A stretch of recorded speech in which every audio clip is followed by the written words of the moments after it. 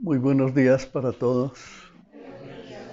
El Señor les bendiga en una forma maravillosa.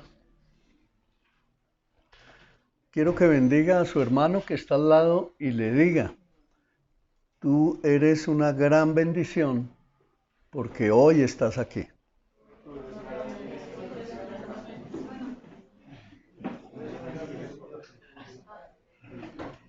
Ahora, ¿eso lo creemos? ¿Por qué?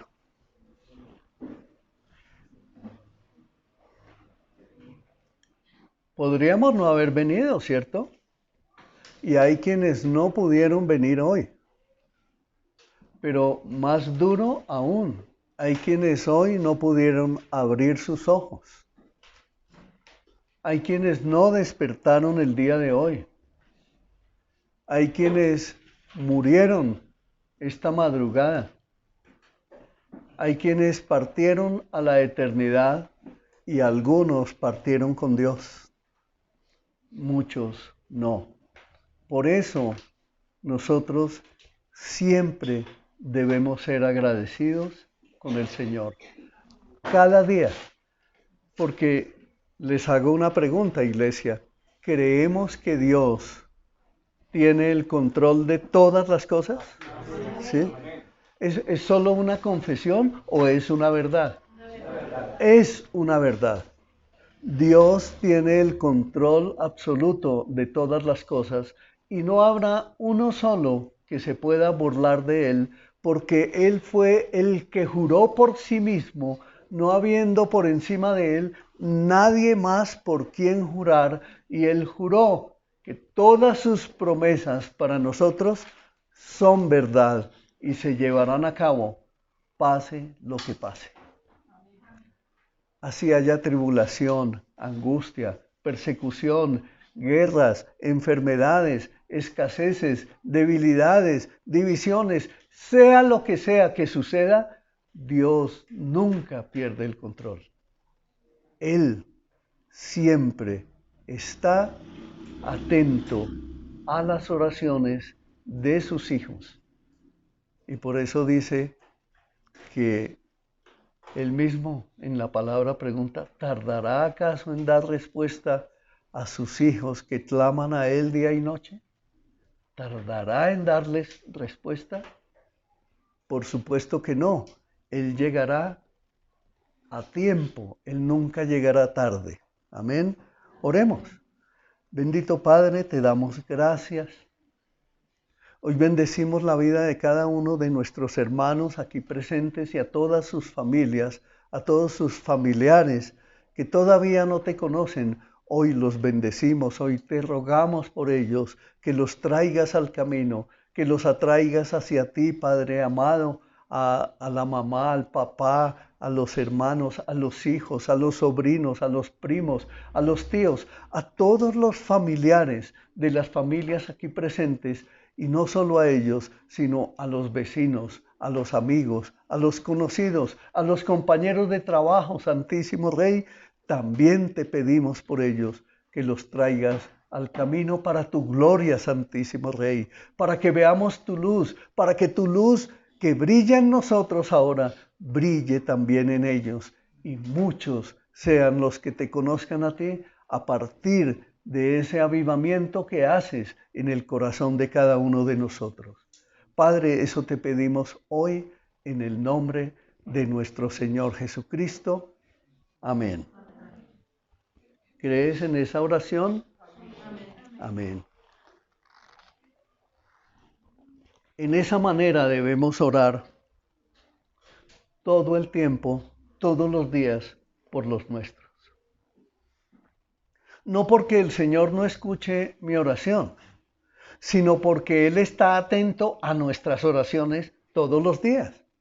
Por eso es que debemos ser fervientes en la oración, porque eso fue lo que Él nos vino a enseñar, nuestro Señor Jesucristo. A eso vino, a enseñarnos a conocer al Padre. Y Él entró en comunión con el Padre todo el tiempo de su peregrinación en esta tierra, hasta que partió de aquí y fue y se sentó a la diestra del Padre. ¿Y qué hace allá? Intercede por nosotros todo el tiempo, 24 horas al día, por cada uno de nosotros lo hace.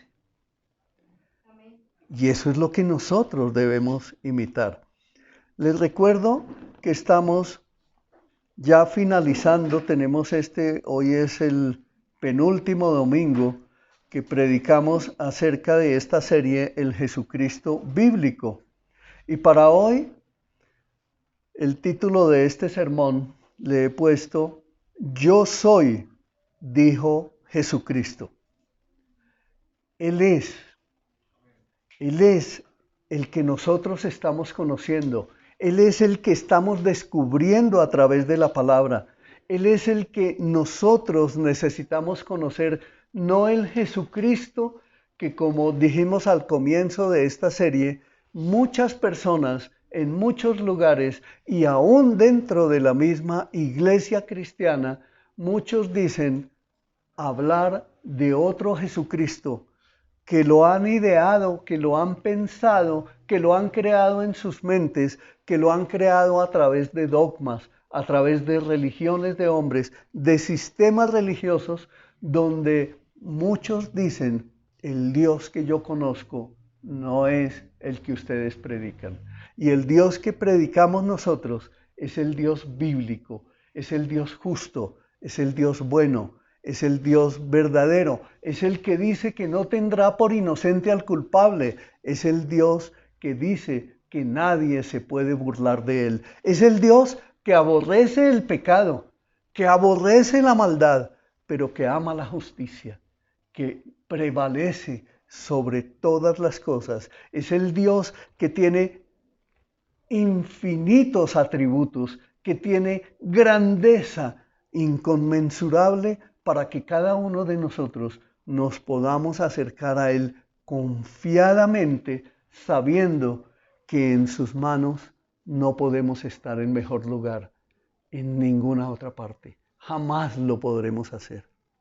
El Señor que estamos conociendo nos enseña que no podemos confiar en el dinero, ni en el trabajo del esposo, o en el trabajo mío, o en el trabajo de un país, o en el gobierno de un país. El Señor nos manda en la palabra que oremos por esas autoridades, que clamemos por el esposo, que roguemos por los hijos, pero que eso lo hagamos todos los días de nuestra vida, de nuestra peregrinación, porque sólo así, siendo entendidos en conocerlo a Él, en vivir para Él, el Señor aparejará todas las cosas y con el tiempo veremos su gloria. Amén. Hoy precisamente tenemos ejemplos de eso. Acordémonos que el Señor llama a Abraham de Ur de los Caldeos y le da una promesa allá en Génesis 12 y le dice, haré de ti una gran nación, y lo invita a salir en la noche y mirar las estrellas y le dice, así multiplicaré tus generaciones. Yo soy el Dios que habla contigo, le dice. El Señor le muestra su grandeza y le permite tener un hijo en su vejez junto con Sara, que ella llegó a ser mamá. ¿De qué edad? ¿Se acuerdan? Ya siendo viejita, ¿alguien me quiere decir? Más, échele más. 80 años tenía. ¿Y Abraham cuántos años? 100 años. 100 años. ¿Sí se imaginan? Yo apenas tengo 67, o sea, soy un sardino al lado de Abraham. O sea que yo todavía pudiera tener muchos hijos, ¿sí? Y me quedé ranchado, y es que en 2 debería haber tenido como una familia que nos mencionó Blanquita esta semana, que la vio por ahí en internet. 16 hijos y esperan otro. 19 y esperan otro. ¿Ah? Y creyentes en el Señor por allá en Irlanda, ¿fue? Algo así. Y creyentes en el Señor diciendo, Dios proveerá. Oiga, y viven en tremenda casa hermosa, llena de habitaciones, de prados, de... ¡Qué belleza! Que esa sea nuestra fe, el aprender a confiar y no dejarnos manipular. porque de eso vamos a hablar hoy. Después de que el Señor a Abraham le dice que hará de él una gran nación y le da a su hijo Isaac, luego a Isaac le da la promesa. Antes el Señor le dijo a Abraham cuando Isaac tenía unos 12 o 13 años, sacrifícame a tu hijo, a tu único. Y Abraham obedeció y fue y lo puso en la pira del sacrificio, lo puso allá y llevó la leña para el sacrificio. Y cuando estaba a punto de sacrificarlo, el Señor le dijo, detente Abraham. Abraham había dicho ya, Dios proveerá. Y volteó a mirar y vio un cordero entrelazado entre las ramas, y tomaron Abraham e Isaac ese cordero y lo ofrecieron en sacrificio al Señor, creyendo, tal cual como dice la Escritura, que el Señor proveería. Y el Señor proveyó, así lo hizo. Luego, Isaac crece, se casa, tiene sus hijos, tuvo 12 hijos. Dentro de ellos tuvo a uno que se llamó Jacob. Después de eso, tuvo las generaciones de las 12 tribus, de los 12 hijos de Israel, y vino el tiempo de la historia de José. Cuando José es odiado por sus hermanos, alabado por su padre, quien le hizo una túnica de muchos colores, entendido en que era un hijo especial, sus hermanos empezaron a odiarlo, empezaron a aborrecerlo. ¿Por qué? Porque él empezó a tener sueños donde veía cómo las personas, especialmente su familia, le hacían reverencia y se rendían a él, hasta que ellos empezaron a maquinar en su corazón el deseo de quitárselo de encima, porque era muy preferido por su padre, y ellos sentían en su corazón esa envidia, ese deseo engañoso de eliminarlo. Hasta que lo tomaron, lo llevaron, fueron y lo metieron a un pozo, luego lo sacan de allí y lo vendieron como esclavo, y fue llevado como esclavo. Luego de eso, él fue vendido por 20 monedas de plata. Luego de eso, es llevado, comprado como esclavo y llevado a la casa de Potifar. Y allí el Señor, dice la Escritura allá en Génesis, que Dios estaba con José. Desde los sueños, desde que recibió la túnica de colores, desde que sus hermanos lo tiraron al pozo, cuando lo vendieron como esclavo, Dios estaba con él. Cuando estuvo en la tentación, que la esposa de Potifar viene a tentarlo para que se acueste con él, Dios estaba con él, y por eso él resiste la tentación y huye. Y luego es llevado a la cárcel frente a la acusación falsa que levanta esta mujer. Él es llevado a la cárcel, pero dice la Escritura que en la cárcel Dios estaba con él, y en la cárcel le dio sabiduría, le dio el conocimiento, le dio toda la instrucción divina para que él pudiera mostrar que también era buen administrador. Y en la cárcel, el jefe de la cárcel lo puso como administrador.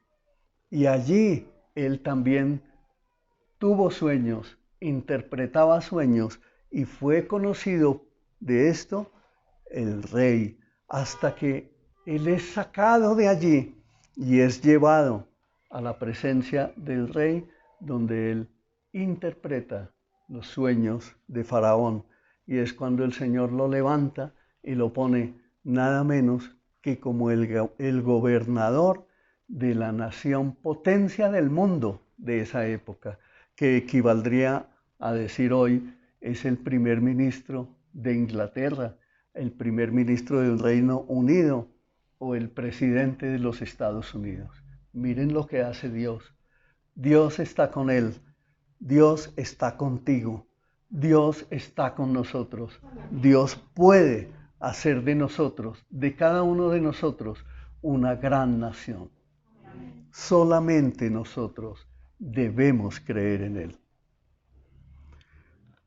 Después de que los israelitas fueron a Egipto y vivieron allí con Israel como cabeza con Jacob, en total 70 descendientes dice que salieron de Israel porque hubo una gran hambruna. En otras versiones dice que fueron unos 75 descendientes que fueron a vivir a Egipto, donde estaba José quien los recibió allí. Es bueno que ustedes lean esa historia, es bueno que conozcan la palabra de Dios para que sepan cómo es que procede Dios, cómo es que se mueve su poder, cómo es que la grandeza de su gloria se manifiesta a través de todos sus hijos. Allí ocurre esa gran hambruna y ellos van, llamados por José, a vivir a Egipto. José en ese tiempo ya era el gobernador. Con el tiempo, los hermanos de José y él murieron y toda esa generación llegó a su fin. Pero sus descendientes, es decir, los israelitas, tuvieron muchos hijos y nietos. De hecho, se multiplicaron tanto que llegaron a ser sumamente poderosos y llenaron todo el territorio. Pero tiempo después subió al poder de Egipto un nuevo rey, que no conocía nada de José ni de sus hechos. Ese rey dijo a su pueblo: miren, el pueblo de Israel ahora es más numeroso y más fuerte que nosotros. Tenemos que idear un plan para evitar que los israelitas sigan multiplicándose. ¿Ustedes han escuchado que hoy en día se idean planes? Se idean planes para que no tengamos más hijos. Se idean planes para que abortemos. Se idean planes para que pensemos que somos incapaces de criar un hijo o dos y que somos incapaces de criar siquiera 3. Se idean esos planes. ¿De dónde vienen esos planes? Piensen en eso. Dijo ese rey: tenemos que idear un plan para evitar que los israelitas sigan multiplicándose. Si no hacemos nada y estalla una guerra, se aliarán con nuestros enemigos y pelearán contra nosotros y luego se escaparán del reino. Por lo tanto, los egipcios a los israelitas los esclavizaron y les pusieron capataces despiadados a fin de subyugarlos por medio de trabajos forzados. ¿Algo como eso sucede hoy en día? Piénsenlo. Piénsenlo. El aborto, la imposición de la ideología de género, la imposición de las nuevas culturas, eso se llama opresión, arrinconamiento al pueblo de Dios. Ustedes se darán cuenta de que nunca van a llamar a la iglesia cristiana, ni el presidente, ni los gobernantes, ni los alcaldes, nunca van a llamar a la iglesia cristiana para decir: venga, ayúdenos con esta situación que tenemos que resolver. No lo van a hacer. ¿Por qué? Porque ellos son paganos, son impíos. Ellos están esclavizados a este mundo y nosotros somos los llamados para hacer luz. En Éxodo 3, del 14 al 15, dice así, yo voy a leer en la versión Nueva Traducción Viviente. Y bueno, ustedes lo leen allá, espero que por favor lean todo esto de la vida de José y en el libro del Éxodo, ojalá se preocupen este mes antes de finalizar el año por hacer una lectura completa del libro de Éxodo, porque allí hay mucha revelación del gran poder de nuestro Dios. Yo voy a leer desde el verso 13.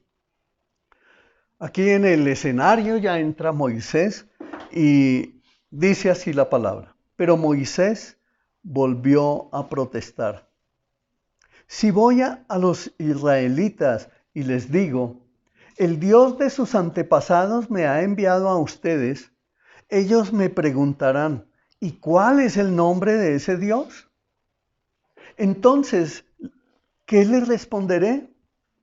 Dios le contestó a Moisés, versículo 14. Yo soy el que soy. Dile esto al pueblo de Israel. Yo soy, me ha enviado a ustedes. Dios también le dijo a Moisés, así dirás al pueblo de Israel. Yahvé, el Dios de sus antepasados, el Dios de Abraham, el Dios de Isaac y el Dios de Jacob, me ha enviado a ustedes. Este es mi nombre eterno, el nombre que deben recordar por todas las generaciones. Amén. ¿Hoy lo estamos recordando? Hoy se está cumpliendo la palabra de Dios en este lugar. Ese es el nombre eterno de nuestro Dios, el yo soy, el gran yo soy. Ese es el Dios que habla a la iglesia el día de hoy. Ese es el Dios que está con nosotros. Ese es el nombre eterno de nuestro Dios. Ese es el nombre que nosotros todos debemos recordar por todas las generaciones. Amén. Amada iglesia, Dios es quien creó todas las cosas y las llama por su nombre. Él fue el que creó al hombre, ¿cierto? Él hizo del polvo de la tierra, del barro, hizo a un hombre. Sopló aliento de vida en él y le puso por nombre Adán, que significa hombre. Lo creó y le dio autoridad para poner nombre a todas las cosas, a los animales, a los peces. A partir de ese suceso, por tanto, es muy importante para todos nosotros conocer el origen de la creación de Dios. Es importante que nosotros leamos la Biblia, que nos preocupemos por leer su santa palabra todos, como mínimo una vez al año, toda la Biblia completa, porque allí está la instrucción de Dios. Y eso es aparte de que nosotros nos preparemos en el estudio de un libro como lo hacemos ahora, por ejemplo, con Hebreos o con Efesios. Es importante que cada uno personalmente se ponga a sí mismo esa tarea, ese humillarse, ese postrarse delante del Señor y decir, voy a leer tu palabra, instrúyeme, ayúdame, guíame, Señor, para que yo entienda tu palabra. Dios creó todas las cosas. Por tanto, nosotros debemos ser entendidos que sólo así podemos obtener la cosmovisión bíblica auténtica, genuina, afirmada en las palabras de nuestro Dios. ¿Para qué? Para que sepamos qué es lo que estamos haciendo en esta tierra, para que conozcamos a qué fue que vinimos aquí, porque ahí es donde se nos enseña el propósito eterno de nuestro Dios. Es allí donde descubrimos todo lo que necesitamos saber del plan de Dios para vivir en este tiempo, para vivir en este peregrinaje al cual fuimos llamados nosotros para conocer sus verdades. ¿En dónde más podríamos encontrar algo así? No existe, no existe. Incluso los sistemas religiosos de este mundo, el budismo, el islam, todos los sistemas religiosos de este mundo enseñan unas cosas completamente diferentes. Desocupa tu mente y el Señor dice, llena tu mente. ¿Y llénala de qué? De Dios, de su palabra, de su presencia. Y los otros, desocupa tu mente, libera tu mente. ¿Para qué? Para que las tinieblas la ocupen. Nuestra mente, nuestro corazón debe estar lleno de la palabra de Dios. Hablar a las personas por su nombre permite un acercamiento directo y humano además de fortalecer un clima de confianza, ¿nos damos cuenta la importancia de un nombre? Como cristianos debemos saber que el nombre de las personas tiene mucha importancia, recordando que fuimos engendrados uno por uno. No dudo que Dios nos haya asignado un nombre, que por alguna razón histórica no lo conocemos, pero en su santa palabra nos da indicios de cuán importante es para Él el nombre de sus hijos. ¿Usted sabía que de parte de Dios usted tiene un nombre que no es el que usted ostenta? Yo, para Él, no soy Rafael ni Luis, pero Él tiene un nombre y a cada uno de nosotros nos tiene un nombre, que seguramente cuando estemos allá lo vamos a conocer. Por ese nombre vamos a ser llamados y por ese nombre, así como el Señor le cambió el nombre a Abraham por Abraham, a Jacob por Israel, nosotros tendremos nuestro nombre allá. Esas son cosas secretas que el Señor tiene establecida para sus hijos. Por eso es tan importante que nosotros entendamos la importancia de tener un nombre. Y miren esto, hoy en día eso lo están volviendo relativo. Tanto que aparecen personas ahora en internet diciendo que son un perro, ¿sí? Que son un gato, o que son un carro, o que se van a casar con una muñeca, perdiendo absolutamente toda la identidad. Y nosotros tenemos la identidad venida de Dios por un nombre que se nos ha asignado. Por eso, repito, hablar a las personas por su nombre nos permite un acercamiento directo y humano, porque somos creados por Dios como seres sociales. Eso nos ayuda a fortalecer un clima de confianza entre nosotros. Por eso no llamemos a las personas por un apodo, llamémoslas por su nombre. Así sea con un diminutivo, como usa mi esposa. A mi esposa le fascina hablarle a la gente con diminutivos. Claudita, Nubiecita, Rafaelito, Papito. Eso está bien, ¿sí? Pero no pongamos apodos porque el apodo desdibuja la identidad del nombre que Dios creó. El nombre divino Yo Soy expresa la fidelidad de Dios que a pesar de la infidelidad del pecado de los hombres y del castigo que merece, mantiene su amor por 1000 generaciones. Eso está en Éxodo 34, 7, para que usted lo revise allí.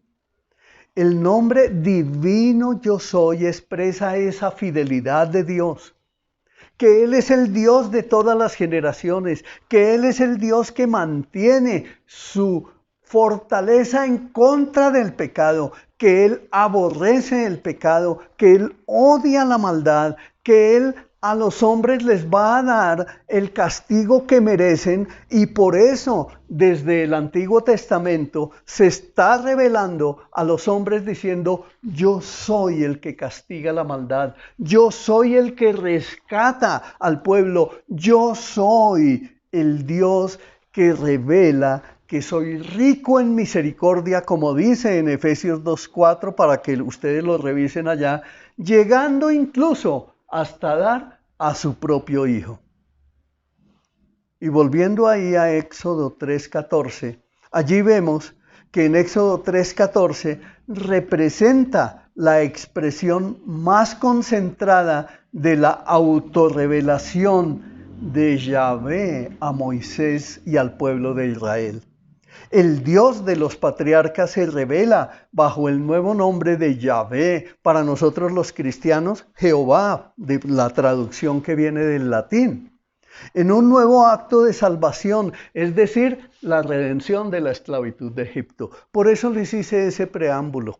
Una generación que llegó para ser protegida de una hambruna que duró, la Biblia no nos dice cuántos años, pero lo cierto es que ellos duraron en Egipto cerca de 400 o más de 400 años, y allí fue donde se multiplicaron y llegaron a convertirse en una nación de más de 3 millones de habitantes. Eso fue algo grandioso. Y por eso lo que leíamos nos dice que esa generación allá murió. Esa generación quedó allá, pero nació una nueva generación. Y esa nueva generación se levantó y es esclavizada, es puesta en un yugo de esclavitud, así como nuestras generaciones actuales son puestas en esclavitud o somos puestas en esclavitud por causa del pecado, por causa de este mundo, por causa de la maldad que habita en el corazón de los hombres. Y el Señor envía a un siervo como Moisés y se le presenta allí en la zarza ardiente. Y dice, parafraseando, que Moisés se encontraba cuidando el rebaño de su suegro Jetro. Y allí el ángel del Señor se le presenta a Moisés en un fuego ardiente, en medio de una zarza, para nosotros como en medio de unos matorrales, ¿sí? Dice que Moisés se quedó mirando lleno de asombro porque allí en la zarza que la veía envuelta en llamas y él notaba que no se consumía la zarza, es decir, que no se quemaba, que no se destruía. Eso le llamó mucho la atención y Moisés se preguntó por qué estaría pasando esto y decide acercarse. Cuando el Señor vio que Moisés se acercaba, él mismo lo llamó de en medio de la zarza y le dijo: Moisés, Moisés, no te acerques. Mas le advirtió: quítate las sandalias, porque el lugar que estás pisando es tierra santa. Y miren lo que le dijo: yo soy el Dios de tu padre, el Dios de Abraham, el Dios de Isaac y el Dios de Jacob. Y dice la Escritura que cuando Moisés oyó esto, se cubrió el rostro porque tenía miedo de mirar a Dios. O sea, Moisés, en ese momento, la Biblia nos muestra que ya tenía de anterioridad un conocimiento de Dios. Y aquí él lo identifica. Él ya acordémonos que ya había pasado 40 años viviendo allá en el desierto de Madián, pastoreando ovejas cuando era un príncipe que había sido formado en Egipto, nada menos que en el palacio del rey. Y mire a dónde lo llevó el Señor, permitió que llegara, y por eso ese Moisés que nosotros vemos aquí, lo vemos con un conocimiento limitado de Dios, pero finalmente con un conocimiento, tanto que él decide cubrirse el rostro porque tenía miedo de mirar a Dios. Es decir, en su corazón había ese sentir de que si él miraba al Señor sería destruido. En Juan 8:28, por eso Jesús dijo, y quiero que ustedes piensen y estén muy atentos, mis hermanos, porque hoy estamos ministrando solo palabra del Señor de lo que está escrito, como siempre acostumbramos a hacer en esta iglesia. Por eso Jesús dijo, cuando hayan levantado al Hijo del Hombre en la cruz, entonces comprenderán que yo soy. Amén. Yo no hago nada por mi cuenta, sino que digo únicamente lo que el Padre me enseñó. Eso es algo que debe quedar entronizado en nuestro corazón. Es algo que debemos descubrir por nosotros mismos a través de la comunión con Dios en su palabra. Es algo que nos está invitando al acercarnos a Él, a decir: Señor, yo ya no quiero hacer nada por mi cuenta, sino que quiero escucharte a ti, quiero descubrir el propósito que tú tienes para mi vida, quiero que tú mismo me lo enseñes, porque así fue como el Dios hombre, nuestro Señor Jesús, fue enseñado. Por eso dijo aquí el mismo Señor Jesús, sino que digo únicamente lo que el Padre me enseñó. Y nosotros como hijos de Dios, acordémonos que nuestro Señor Jesucristo es la cabeza de la iglesia, y la cabeza es la que tiene los pensamientos, la palabra, las ideas, los conceptos, los mandamientos, las ordenanzas, los estatutos. todo para guiar a su cuerpo, que es el pueblo de Dios. Por eso Él es la cabeza de la iglesia. En Éxodo 29:46 nos dice: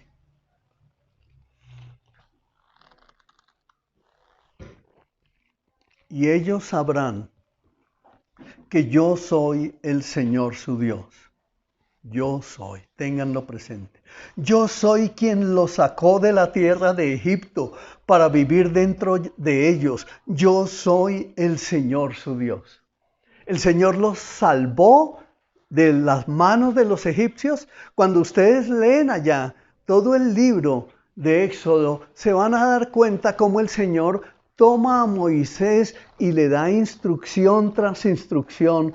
Paso a paso lo va guiando y el Señor mismo con anticipación le dice: tranquilo, vaya y dígales, van a venir unas plagas que le voy a enviar a esos egipcios porque el rey no va a creer, pero finalmente va a obedecer y va a permitir la salida. Pero además sus mujeres van a ir y van a hablar con las mujeres egipcias y les van a pedir que les den las cosas y les van a dar oro, plata, alhajas y toda clase de prendas, y el Señor los sacará llenos de abundancia. Fue así, el Señor lo anunció, el Señor lo cumplió. Amén. El Señor, a un pueblo de corazón tan endurecido que tenía esclavizado al pueblo israelita, el Señor habló y el Señor dijo y el Señor cumplió. Ese es el poder de Dios. Por eso dice: yo soy el Señor tu Dios. Amén.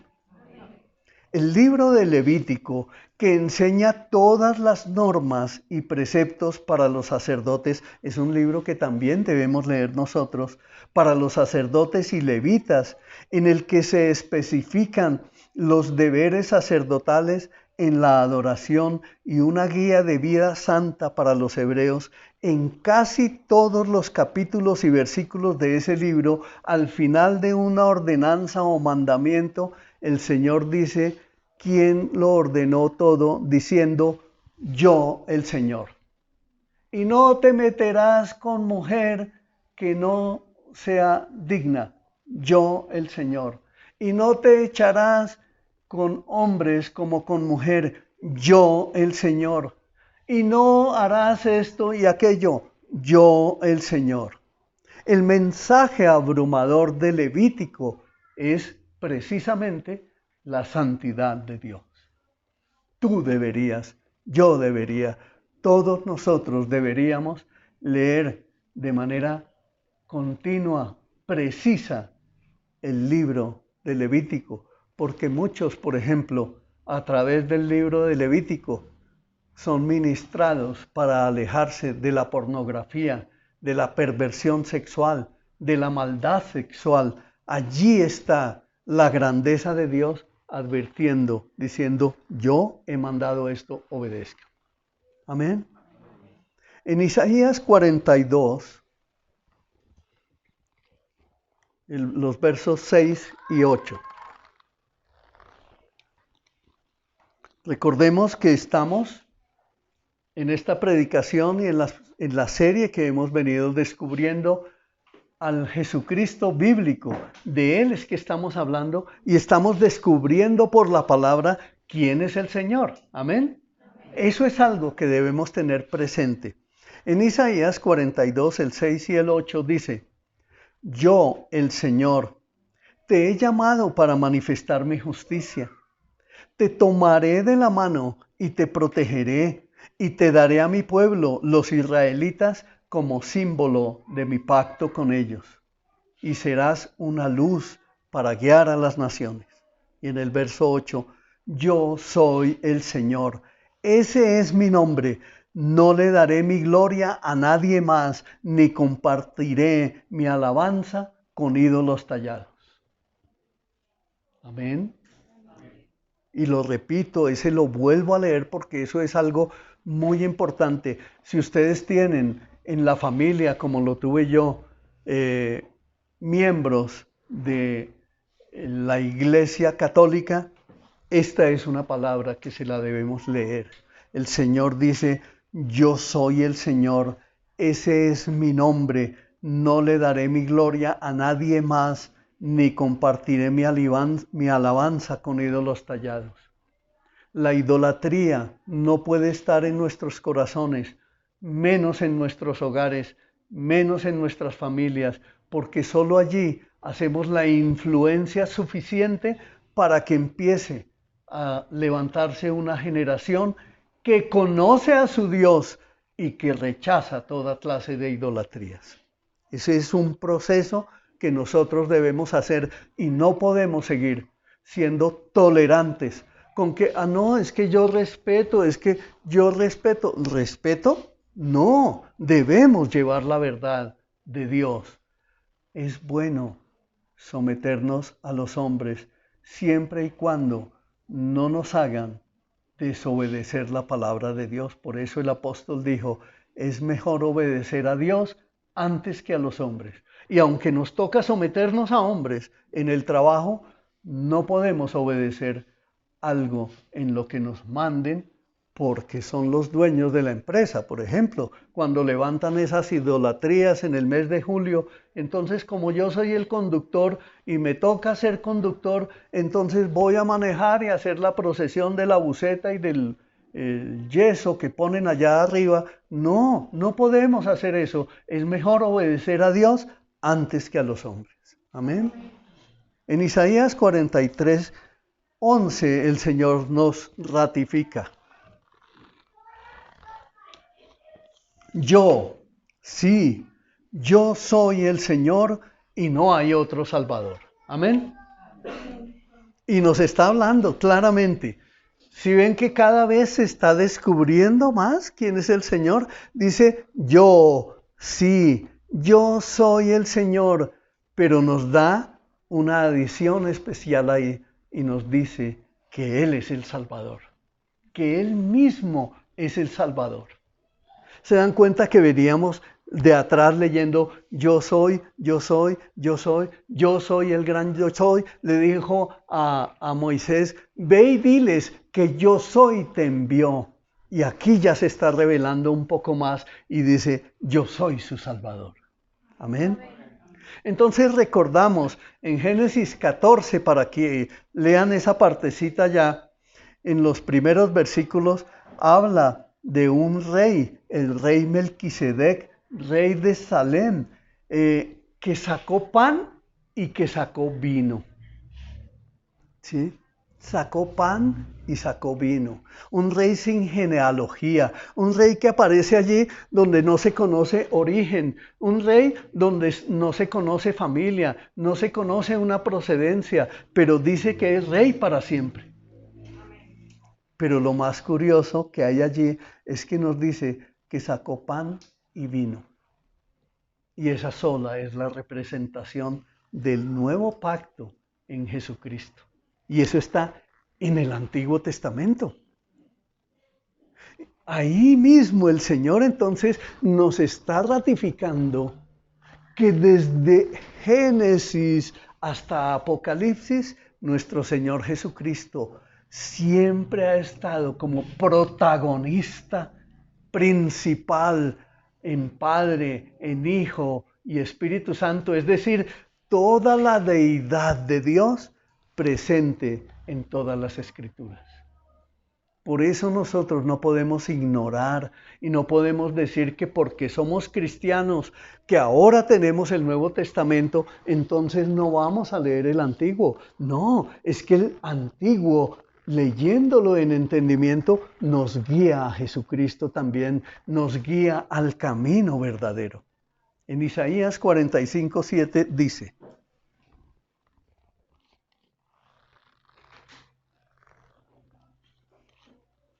cuando vengan otros a decirle a usted, a señalar el nombre de nuestro Señor Jesucristo como cualquier cosa, usted está fortalecido en la palabra y ya tiene autoridad para decir, es que yo soy este Hijo de Dios, el que conoce estas verdades. Isaías 45:7 dice, yo formo la luz y creo las tinieblas. Yo envío los buenos tiempos y los malos.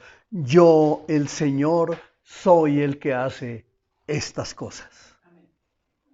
Ténganlo presente. No se dejen apabullar por los tiempos malos. No se dejen apabullar por la enfermedad. No se dejen apabullar por la escasez. No se dejen apabullar por las dificultades. Cuando vengan las dificultades, levanten sus brazos, adoren al Señor, alaben a Dios, denle gracias y díganle: Señor, gracias por estos tiempos, porque en estos tiempos te conozco más, porque en estos tiempos conozco que tú eres el Dios que creó la luz, el que creó las tinieblas, el que todo lo tiene bajo control y el que hace todas estas cosas. Y estos tiempos terminarán y me sacarás a luz de abundancia para la gloria de Dios Padre.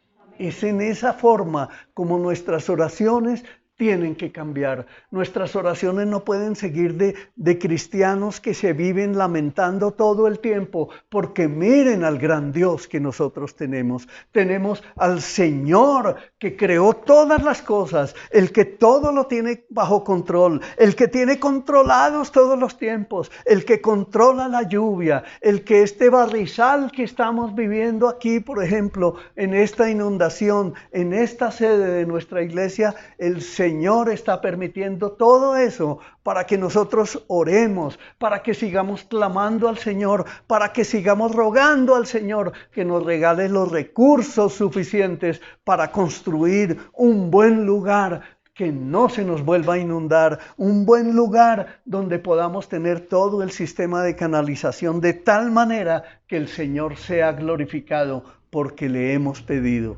¿Se dan cuenta cómo es que opera ese poder de Dios? Así mismo es para tu casa, así mismo es para tu vida, así mismo es para tu familia. No te demores más en pedirle. ¿Cuál es el tiempo de orar?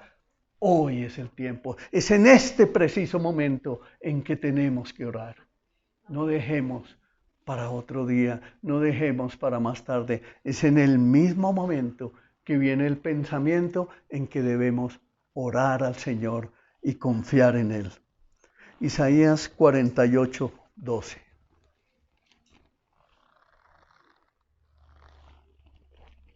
Escúchame, oh familia de Jacob, Israel, mi escogido. Solo yo soy Dios, el primero y el último. Y allá en el Nuevo Testamento dice el alfa y el omega, el principio y el fin.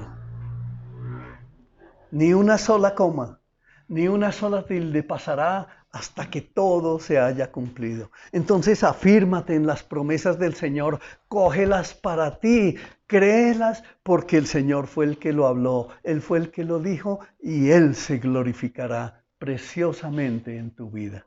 Jeremías 9:24. Pero los que desean jactarse, que lo hagan solamente en esto, de conocerme verdaderamente y entender que yo soy el Señor, quien demuestra amor inagotable y trae justicia y rectitud a la tierra, y que me deleito en estas cosas. Y mire cómo lo sella: yo, el Señor, he hablado. Entonces, ¿por qué nos angustiamos? ¿Por qué dejamos que esa falta de fe venga a gobernar nuestras vidas cuando el Señor nos dice: vayan a mi palabra, vayan, aliméntense allí, nútranse allí? Que tienen dificultades, yo soy el que gobierna sobre las dificultades. Yo soy el que gobierna sobre la enfermedad. Yo soy el que gobierna sobre la escasez. Vengan a mí, preocúpense por conocerme verdaderamente y entender que yo soy el Señor quien demuestra, y mire lo que dice, demuestra amor inagotable. Es decir, que su amor para nosotros no se va a acabar en ningún momento. No importa las caídas que nosotros tengamos, levantémonos de cada caída y hablemos con Dios, porque Él trae justicia y rectitud. Él va a enderezar nuestro camino y dice que Él se deleita en esas cosas, y fuera de eso lo sella y dice: yo, el Señor, he hablado. Entonces confiemos en Él, creamos en Él, soportémonos en Él, acojámonos a Él, entreguémonos a Él, humillémonos delante de nuestro Dios, porque Él todo lo tiene en control y ese control jamás lo perderá. Somos nosotros los que debemos confiar en Él. Y es a través de su palabra, a través de su Espíritu Santo, que nos guía a toda verdad, que nuestra fe va creciendo, se va fortaleciendo. Ahora, esto no va a suceder de la noche a la mañana, es un proceso de todos los días de nuestra vida, hasta que lleguemos a estar con Él. Amén.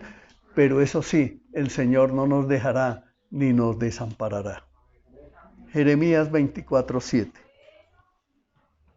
Les daré un corazón para que me reconozca como el Señor. Ellos serán mi pueblo y yo seré su Dios, porque se volverán a mí de todo corazón. Yo te hago esa pregunta. ¿Ya estás viviendo esto? ¿Ya lo estás viviendo, hermano? Les daré un corazón que me reconozca como el Señor. Es decir, ¿tú ya reconoces al Señor como tu Señor? Amén. Exactamente, eso es lo que debemos responder. Dice, ellos serán mi pueblo. O sea, tú ya sabes que eres pueblo del Señor, que le perteneces a Él, que Él te compró. ¿Ya tomaste la decisión de bautizarte? Porque dice, ellos serán mi pueblo y yo seré su Dios. Él es nuestro Dios, Él fue el que nos creó, Él fue el que nos dio vida. Y por eso dice, porque se volverán a mí de todo su corazón. Las exhortaciones más maravillosas hechas por nuestro Señor Jesús nos deben llenar de asombro, de poder entender que solo Él tiene el poder para salvarnos del pecado y de la maldad de este mundo caído, mis hermanos. En medio de las dificultades, la pareja desobediente, los hijos que no quieren obedecer, la familia que aparentemente está destruida, invoque el poder de Dios. Ore en su casa, invite a los líderes de su iglesia a orar en su casa, llévelos allá, abra las puertas de su hogar y verá cómo el poder de Dios se manifiesta en sus vidas, porque eso fue lo que mi esposa y yo hicimos cuando conocimos la verdad del Señor y el Señor vino y se glorificó y destruyó todo lo malo que había y empezó a hacerlo todo nuevo. Y hoy le damos la gloria al Señor porque el Señor ha cambiado nuestras vidas para siempre. Y no vamos a volver atrás nunca más porque nos vivimos buscando cada día la afirmación en nuestro Señor. Por eso no debemos permitir que en nuestra casa nos tapen la boca, nos callen y nos digan, no me hable de ese Dios, porque eso sí no lo vamos a hacer nosotros los hijos de Dios. Jamás. Eso no lo podemos permitir. Porque por eso estamos recibiendo de nuestro Señor la gloria de Dios. Y hay en nuestras familias personas que se ufanan, mire cómo prospero, miren cómo me va de bien, miren esto, miren aquello, y no tengo a Dios. ¿Qué dice la Escritura acerca de ellos? Van camino en un resbaladero directo al abismo. Por eso debemos, por amor a ellos, llevarles el mensaje de salvación. Juan 8:24 nos lo ratifica.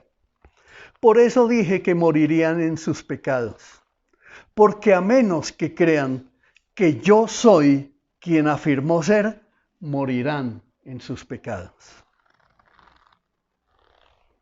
Ese mensaje de salvación no podemos dejar de llevarlo a nuestros familiares. No, es que mi abuelita es muy terca y ella no quiere entender. Sígale insistiendo, porque es que el que salva no es usted. El que salva es Dios. Nosotros solamente llevamos la palabra de amor y como siervos de amor nos comportamos como siervos de amor. Nosotros no obligamos a nadie.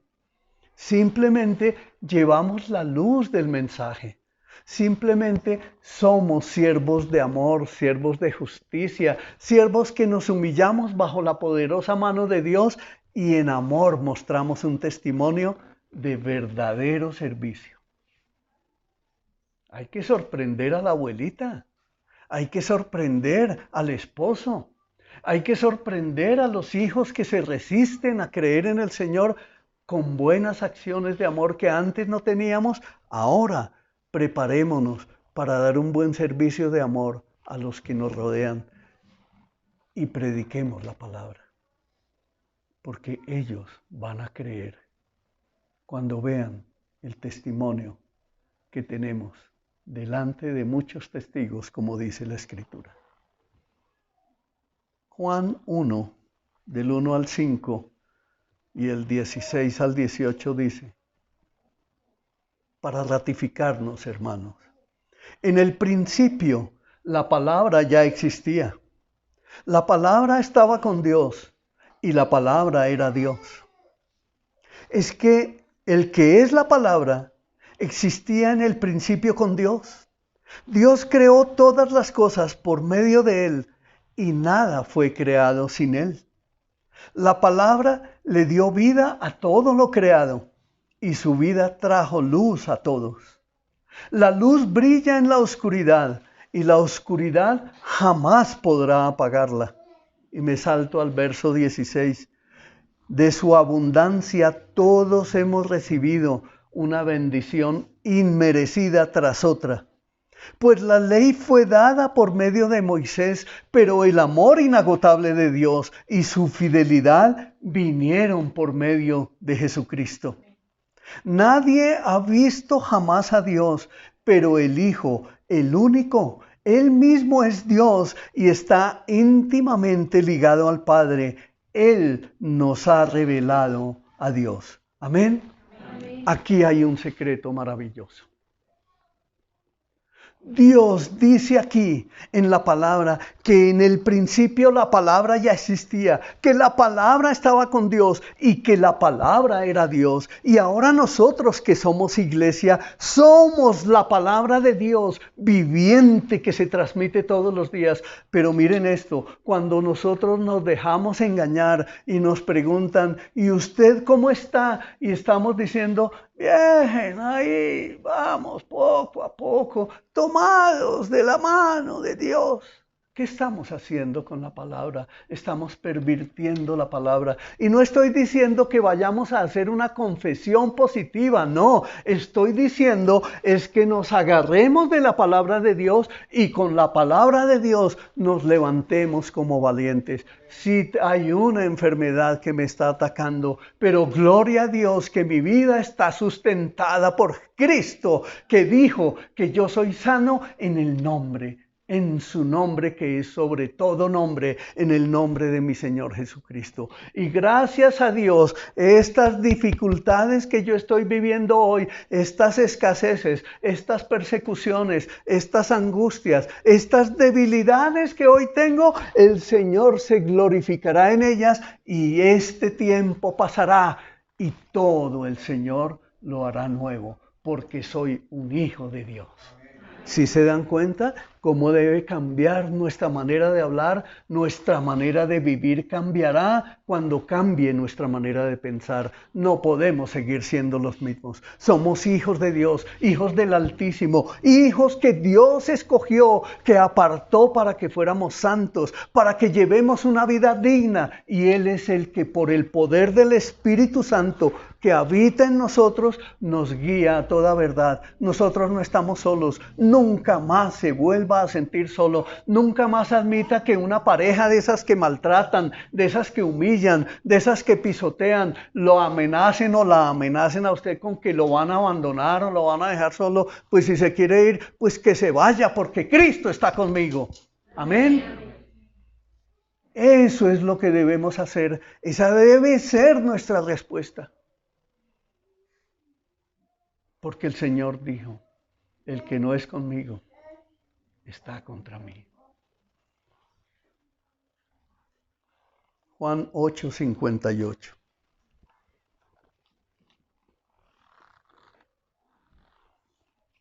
Les digo la verdad.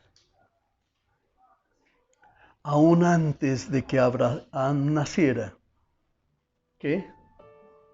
¿Qué dice? Yo soy. ¿Sí se dan cuenta? Ahí está. Ese es el Jesús.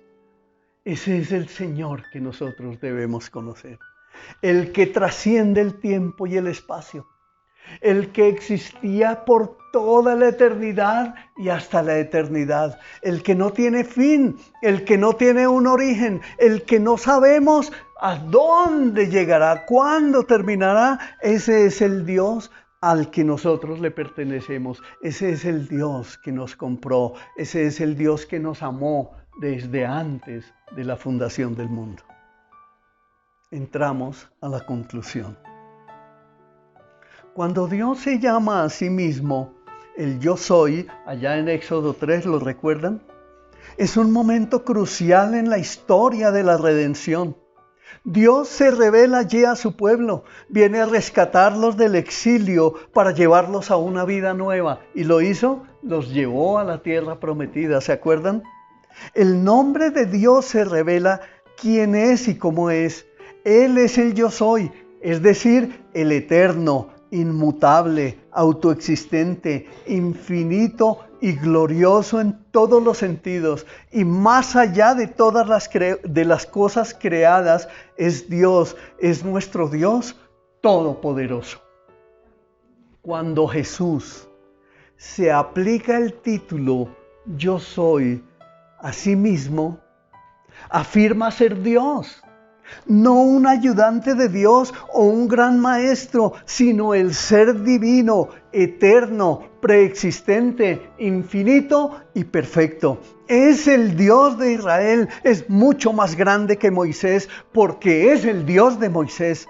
Tiene vida en sí mismo. Él puede darnos vida y nos promete una vida nueva y una vida en abundancia, que es lo que ahora estamos experimentando. Los judíos sabían que asumir ese título, haciendo tal afirmación, los llevaría a ser criticados, por lo que inmediatamente recogieron piedras para matarlo. Eso está escrito allá en Juan 8:59 para que lo lean ustedes en su casa. Por eso fue que nuestro Señor Jesucristo dijo: yo soy el pan de vida. Amén. Yo soy la luz del mundo. Yo soy la puerta. Yo soy el buen pastor. Yo soy la resurrección y la vida. Yo soy el pan que descendió del cielo. Yo soy el camino, la verdad y la vida. Yo soy la vid verdadera. ¿Se dan cuenta de todos estos atributos que el Señor tiene? Él es la cabeza de la iglesia y Él a su iglesia la quiere bendecir todo el tiempo de nuestra peregrinación en esta tierra. Él está con nosotros. Por eso nuestra manera de pensar, nuestra manera de vivir debe cambiar, y por eso nosotros debemos vivir en el nuevo gozo, en la nueva alegría, en la nueva vida que nos hace felices porque lo tenemos a Él. Él es Jesús, Él es nuestro Redentor, Él es nuestro Salvador, Él fue el que perdonó nuestros pecados, Él fue el que se ofreció a sí mismo en sacrificio por nuestra redención, para sacarnos de la esclavitud de este mundo caído y para asegurar nuestra vida eterna con Él. Él es a quien debemos conocer cada día, cada mañana, en la oración, en el estudio de la palabra, en la meditación, en la reflexión, en la exhortación, en la contemplación, en el silencio, porque conociendo a Jesucristo, conocemos al Padre. Este proceso durará toda nuestra vida en esta tierra. Debemos mantener firme nuestra profesión de fe, y la única manera de hacerlo es a través de la comunión, de la unidad, del sometimiento, de la permanencia en la iglesia, actuando como iglesia que somos. no dejando de reunirnos. Debemos ayunar, debemos servirnos los unos a los otros, debemos de dejar de andar con la mano estirada pidiéndole a Dios que me bendiga y yo no hago nada. No podemos seguir actuando así. Debemos cumplir con la gran comisión que nos fue encargada por el Señor Jesús, porque fue Él el que dijo: busquen el reino de Dios por encima de todo lo demás y lleven una vida justa, y Él les dará todo lo que necesiten.